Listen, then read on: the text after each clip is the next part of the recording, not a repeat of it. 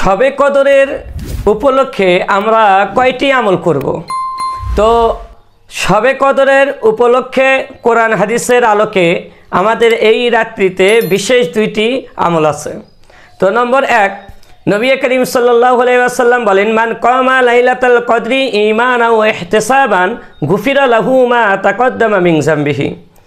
নবী করিম সাল্লাল্লাহু আলাইহি ওয়াসাল্লাম বলেছেন, যে ব্যক্তি শবে কদরের রাত্রিতে আল্লাহ পাক রব্বুল আলামিনের সন্তুষ্টির জন্য সওয়াবের আশায় নফল নামাজ পড়ে, তো আল্লাহ পাক রব্বুল আলামিন তার গুফিরা লাহু মা তাকদ্দামা মিন যামবিহি, আল্লাহ পাক রব্বুল আলামিন তার পুরো জিন্দেগির সমস্ত সগীরা গুনাহগুলো মাফ করিয়ে দেয়। তো এই হাদিস থেকে আমরা বুঝতে পারলাম যে আল্লাহ পাক রব্বুল আলামিন আমাদের অতীতের সগীরা গুনাহগুলো মাফ করে দিবে।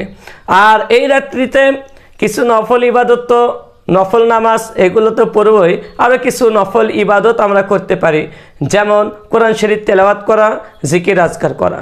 তবে দ্বিতীয় নম্বর করণীয়, দ্বিতীয় নম্বর আমল, যে এই রাত্রিতে আমরা বিশেষ করে একটি দোয়া পাঠ করব, যে দোয়া নবী করিম সাল্লাল্লাহু আলাইহি ওয়াসাল্লাম নিজে পড়েছেন এবং হযরত আয়েশা সিদ্দিকা রাদিয়াল্লাহু তাআলা থেকে তা বর্ণিত আছে। হযরত আয়েশা সিদ্দিকা রাদিয়াল্লাহু তাআলা নবী করিম সাল্লাল্লাহু আলাইহি ওয়াসাল্লামকে জিজ্ঞাসা করলেন, আর আইতা ইন আলিমতু আইয়ু লাইলাতিন লাইলাতুল কদরি মা আকুলু ফিহা, যে ইয়া রাসূলুল্লাহ, যখন আমি জানতে পারি যে কোন রাত শবে কদর, তাহলে ওই রাত্রে আমি কি বলবো?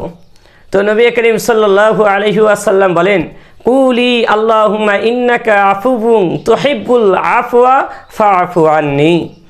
আল্লাহুম্মা ইন্নাকা আফুবুন তুহিব্বুল আফওয়া ফাআফু আন্নি, অর্থাৎ হে আল্লাহ, তুমি বড়ই ক্ষমাশীল, ক্ষমা করতে তুমি ভালোবাসো, তাই আমাকে ক্ষমা করে দাও। এ হাদিসে রাসূলুল্লাহ সাল্লাল্লাহু আলাইহি ওয়াসাল্লাম শবে কদরে ক্ষমা চাওয়ার কথা শিক্ষা দিয়েছেন। তো ক্ষমা পাওয়ার জন্য দোয়া করতে বলেছেন। শবে কদর হলো বৎসরের শ্রেষ্ঠ রাত, আর এই শ্রেষ্ঠ রাত্রে জন্য রাসূলুল্লাহ সাল্লাল্লাহু আলাইহি ওয়াসাল্লাম শ্রেষ্ঠ দোয়া আমাদেরকে শিক্ষা দিয়েছেন। তো শ্রেষ্ঠ দোয়া হলো ক্ষমা চাওয়ার দোয়া, কারণ ক্ষমা পাওয়াই হচ্ছে মানুষের জীবনে সবচেয়ে বড় পাওয়া। কেউ যদি জীবনে অনেক কিছু পায় কিন্তু ক্ষমা না পায়, তাহলে তার পুরো জীবনটাই যেন ব্যর্থ। পক্ষান্তরে অন্য কিছু না পেয়ে শুধু যদি ক্ষমাই লাভ করতে পারে, তাহলে তার জীবনটা হলো সার্থক।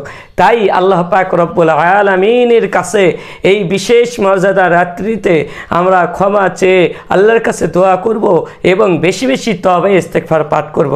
তো আমরা হাদিসের আলোকে দুইটি আমল আমরা এখানে জানতে পারলাম। নম্বর 1, এখানে আমরা বেশি বেশি নফল নামাজ পড়ব।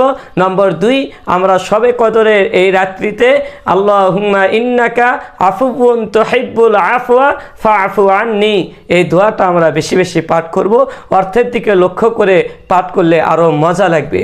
এই জন্য আল্লাহ পাক রব্বুল আলামিন আমাদেরকে বিশেষ করে এই শবে কদরের রাত্রিতে বিশেষ করে এই দুইটি আমলের ওপর অটল থাকার তৌফিক দান করুক। পাশাপাশি তওবা ইস্তেগফার এবং তাসবিহ তাহলিল এবং জিকির আজকার এবং কোরআন শরীফ তেলাওয়াত করবে ইনশাআল্লাহ।